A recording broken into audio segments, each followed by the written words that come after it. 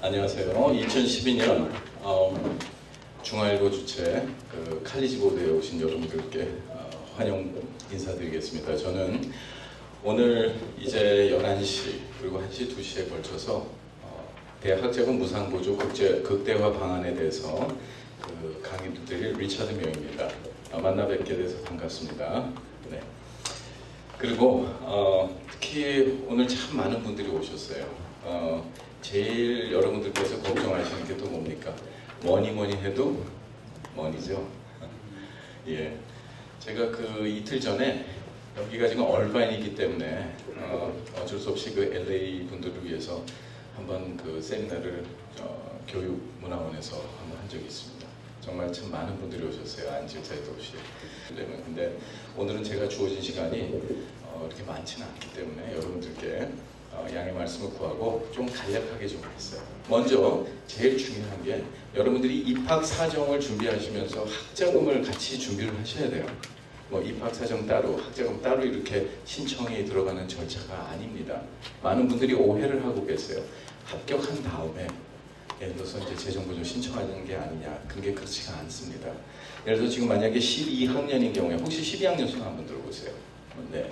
많은 분들이 있는데 12학년인 경우에 대부분이 조기 전형을 하죠. 얼리 액션이나 얼리 디시전. 근데 얼리 액션이나 얼리 디시전은 합격률이 평균적으로 데이터 나오고 보면 좀 높습니다. 거의 2배 가까이. 그래서 많은 분들이 얼리 액션이나 얼리 디시전을 넣으시는데 대부분 사립대를 많이 넣게 되죠.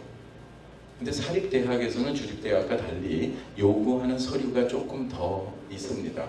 그 중에 하나가 제일 중요한 게 칼리지 스칼라십 서비스 프로파일이라고 해서 CSS 프로파일을 칼리지 보드를 통해서 하게 되는데 그 CSS 프로파일을 할 때 조기 전형인 경우에는 대부분이 얼리 애플리케이션 마감일까지 해줘야 돼요. 근데 어떤 데는 좀 더 빠르게 요구할 수도 있습니다. 10월 15일까지. 근데 참 재밌죠. 11학년 때 세금 보고하신 그 내용을 가지고 먼저 재정보조 신청을 하게 되는 겁니다. 그리고 12학년 때 재정보조 여러분들이 하시는 거를 가지고 파이널라이즈를 시키게 되는 거예요. 그래서 지금 이제 그러니까 지금 들어오시는 분들을 위해서 간단하게 인트로덕토리를 말씀드렸고, 그럼 저희가 정확하게 지금부터 하나하나 제가 짚어가면서 재정보조에 관한 자세한 걸 말씀드리겠습니다. 대학학자금이라는 거는 저축하는 방식이 아니에요. 많은 분들이 학자금 그러면 뭐라 합니까? 무슨 스칼라십, 아니면은 론, 학생 융자금 이런 것만 생각을 하시는 것 같아요. 근데 오늘 제가 말씀드린 거는 저축하는 방식이 아니에요. 많은 분들이 어릴 때부터 저축하는 거를 이제 준비를 해 나가시는데 어느 누구도 미국에서 저축하는 방식으로 인너프한 학자금을 마련하기가 되게 힘듭니다. 근데 오히려 그런 저축해 놓은 금액 때문에 여러분들이 재정 보조를 받는데 불이익을 당하는 경우가 너무 많아요. 그래서 대학학자금 재정 보조에 관한 거는 실질적으로 어느 누구든지 바로바로 해야 되지만은 한 10학년 정도부터 하는 게 좋습니다. 왜냐하면 수익과 자산에 관계된 거기 때문에 그래요. 1년에 세금 보고를 한 번 하지 않습니까? 그럼 있는 데이터만 넣으면 되는 거 아니에요? Yes and no. 왜 그러냐면 있는 데이터만 우리가 넣는 건 괜찮은데 피해갈 수 있는 방법도 있다는 말이에요. 뭐냐면 여러분들이 재정 보조를 받기 위해서 제출해주는 자산과 수입의 그 캐러고리가 계산되는 자산이 있고 계산되지 않는 자산도 있고, 또 수입에 있어서도 플래닝이나 이런 걸 통해서 합법적으로 우리가 재정 보조를 많이 받을 수 있는 엘리지빌리티를 높일 수 있는 방법들이 있기 때문에 그런 거는 세금 보고가 관계가 있는 겁니다. 그렇기 때문에 되도록이면은 한 10학년 때서부터 준비를 해나가시는 게 가장 혜택이 커요. 네, 우리가 칼리지 파이낸셜 에이드를 기본적으로 재정보조 신청하기 위해서 우리가 접하는 당면 문제들이 있죠. 이 과정에서 제일 먼저 공부를 잘해야 되지 않습니까?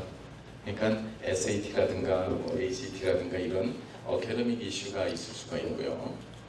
그 다음에는 우리가 이제 진학을 해야 될 거 아니에요. 공부는 잘 시켰는데 과연 어느 대학에 어떻게 입학 사정을 준비를 해야 되는지에 관해서 우리가 진학 사정을 준비를 해야 되는데 대학교의 애플리케이션, 에세이, 레커멘데이션 다 중요합니다. 애플리케이션이 얼마나 중요한지 여러분들이 아직 모르시는데 미국에는 대략 27,000여 개 고등학교에서 1년에 300만 명 정도가 졸업을 해요. 그러면은 수속 졸업생이 27,000명 나오죠. 차석 졸업생이 27,000명 나오죠. 편집국장 27,000명, SJ 프레지던트 27,000명. 이른바 자기 나름대로 볼 때 학교에서 넘버원이라는 학생들, 아이비 스쿨 다 애플리케이션 넣는 학생들만 해도 여기서 11, 2만 명이 됩니다.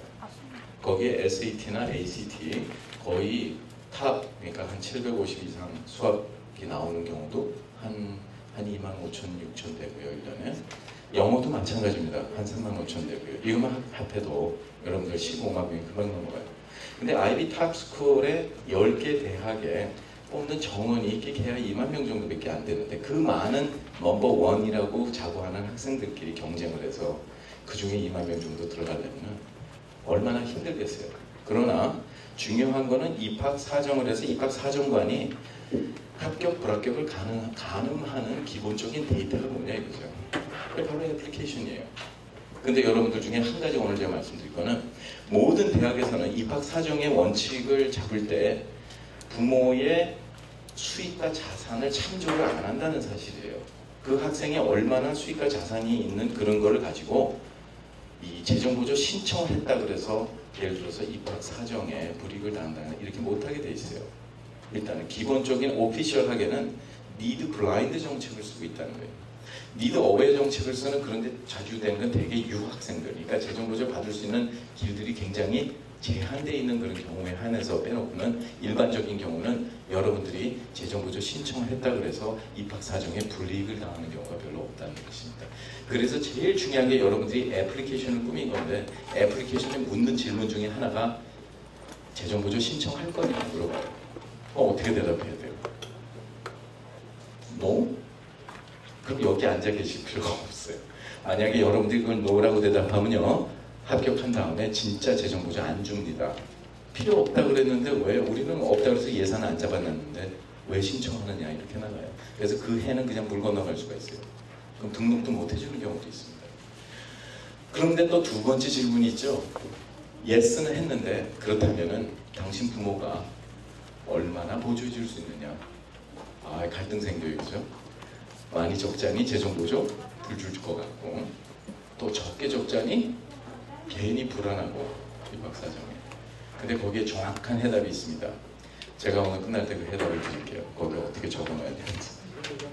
안 됩니다. 선생님께서 끝날 때 그 질문해 주세요. 선생님이 잊어버리시면 아무도 못 들어요, 그 질문을. 그래서 아니면 1시 또 세션에 오셔야 돼요. 네, 저한테 의미가 큽니다. 이 진짜 세미나가 이런 세미나가 제가 271회라는 거는 진짜 사실 지금 생각해서 이건 어마어마한 건데 특히 제가 중앙일보의 메인 강사로서는 벌써 4년째가 계속 오고 있어요. 네, 그래서 기본적으로 이렇게 어드미션에 관한 문제가 굉장히 많이 대두가 되겠죠. 그 다음에 뭐예요? 재정. 아까 뭐라 그랬죠? 뭐니 또 뭐냐면 제가 아까 저희 부스에서 이따가 만난 분들들 보면은 참 안타까운 경우가 있어요.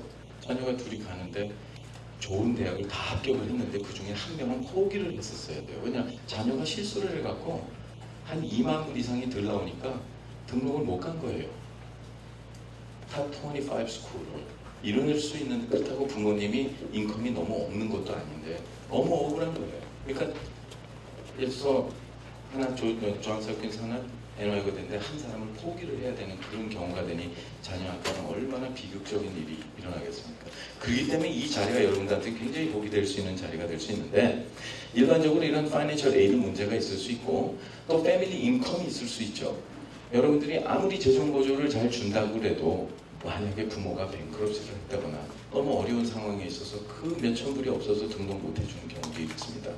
그 몇천 불을 부모가 융자를 해주고 싶은데 부모 크레딧이 안 줘서 안 나오는 경우도 있고요. 그렇기 때문에 그런 거를 피해가기 위해서 특히 제가 금년도에는 굉장히 제가 강조를 하고 주의하는 게 뭐냐, 이 UC 계열보다 사립대를 지원을 많이 하시라고 그래요. 사립대학이 여러분들 일반적인 경우에 있어서는 주립대학보다 더 저렴하게 갈 수 있습니다. 재정부조를 통해서. 그런데 UC 계열이 작년 10월에 나온 기사에 제가 보여드릴게요. 연 8에서 16%씩 등록금을 인상을 한다고 그랬어요.